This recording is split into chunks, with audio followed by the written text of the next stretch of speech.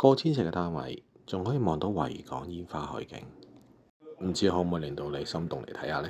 今日我哋到維多利中心，如果想行下海邊嘅話，旁邊就係東岸公園。亦都有好多優質股重新推出翻去市場。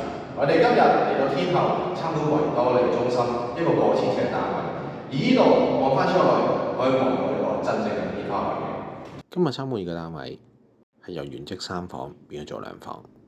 如果以1000尺左右嘅使用面積，可以擁有到咁巨型嘅客飯廳，喺市場上亦都好罕有，而且仲可以望到維多利亞港。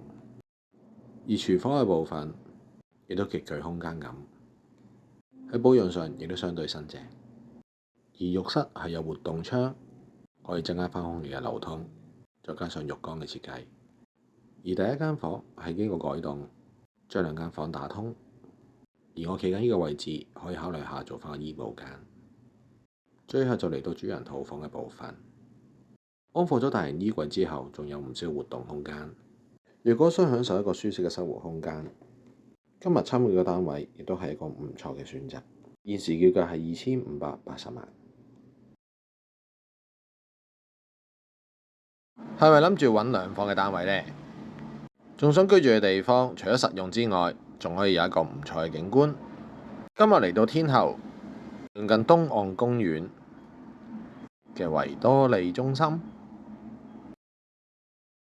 當你住嘅地方每一日都望到海景，你每一日嘅心情都會比較好啲。而我哋今日就嚟到天后參觀一個2房嘅單位，而呢度望翻出去可以望到維多利亞港。由客飯廳嘅位置望返出去，已經望到維多利亞港。今日我哋參觀個單位有572尺。由於客飯廳係冇玄關啦，可以令到家私靈活咁擺位，實用性亦都相對之高。而廚房係曲尺型嘅設計，可以考慮裝翻櫃，增翻收納空間。今日參觀呢個單位有個好特別嘅地方，2間房都有對流窗，而景觀亦都相對開揚。而浴室係有窗，增加翻空氣嘅流通。